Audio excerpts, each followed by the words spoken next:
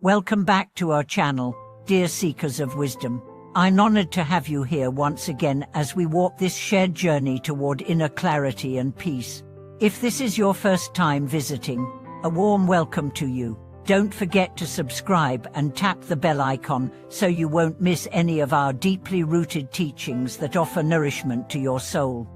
Today, I want to speak to a feeling that haunts many of us, restlessness that lingers even in the best of times. Have you ever looked around and realized you have everything you thought you needed: money, comfort, perhaps even love, yet your heart remains unsettled? That elusive sense of peace you were promised never seems to land, and no matter what you achieve, there's always a quiet discontent simmering below the surface. So, why do we feel this way? What does peace evade us? The answer, as you'll see, is both profound and simple. It lies not in the circumstances around you, but in the inner architecture of your mind.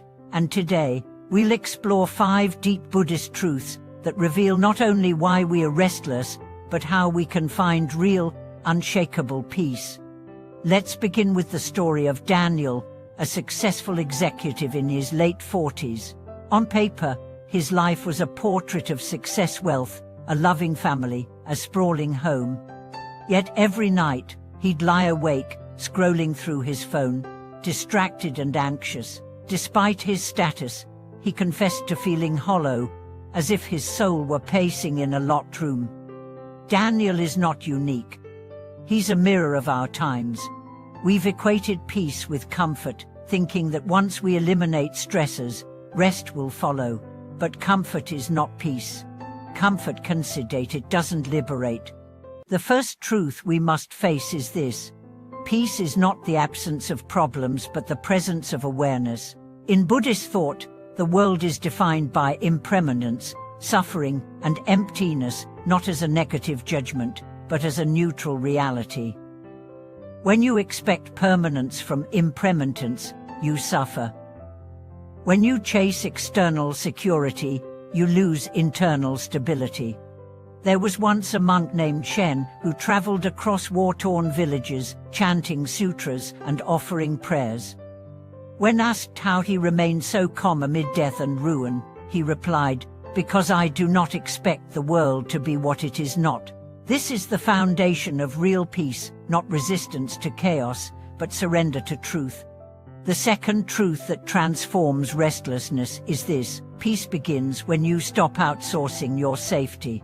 Most of us anchor our serenity to external events. A good day at work, a compliment from a friend, a rise in the bank account. These become our crutches, but the moment these variables shift, and they will, we collapse. Imagine a woman named Claire.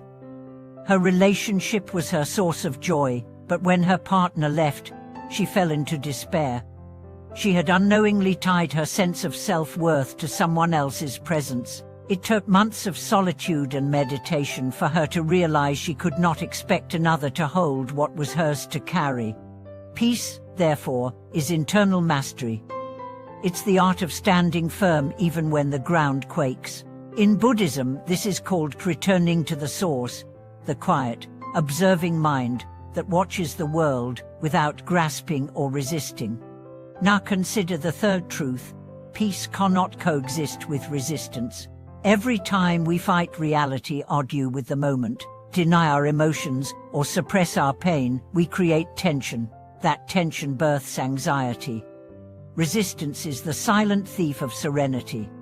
Let me tell you about a young man named Devon.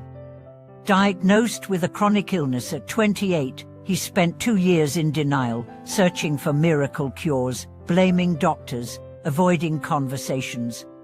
Only when he sat in stillness one evening and whispered, "This is part of my path," did his healing begin, not physical, but emotional. He no longer fought life, he flowed with it. That is the beginning of liberation, not when the problem ends, but when your argument with it does.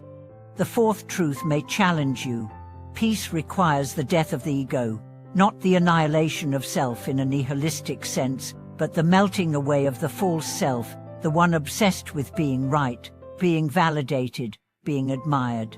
The ego thrives on comparison, and comparison always breeds either pride or inferiority. Neither state is peaceful.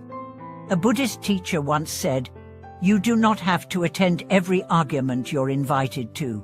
That includes the arguments in your own head." The ego whispers, "You should be more.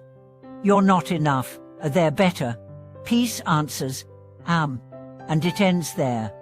Finally, the fifth truth is perhaps the most revolutionary. Peace is a practice, what a gift. We wait for it, like rain, hoping it will fall on our chaos. But peace must be cultivated, tended like a garden. Let's return to Daniel, our executive. After a year of exploring mindfulness, he began waking early for silent sitting. At first, he resisted, too busy, too restless.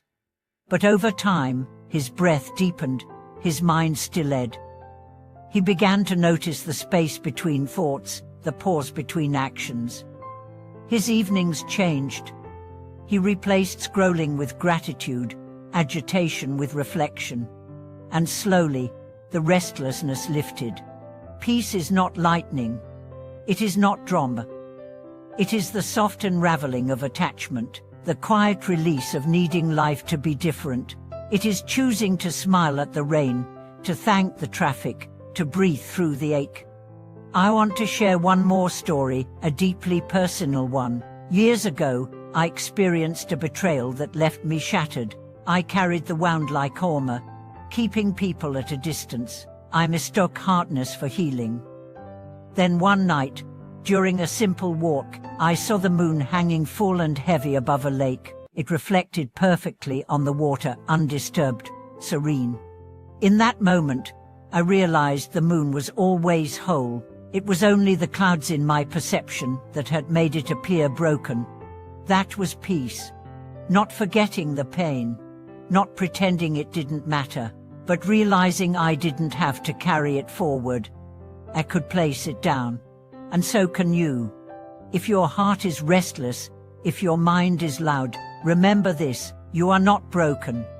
You are simply distant from your center, and you can return, not through effort, but through release. Let go, breathe, be. And in that stillness, you will meet the peace you've been searching for, not as a guest, but as your oldest friend. Thank you for watching this video. If it moved you, inspired you, or simply made you pause, share it with someone who might need it today.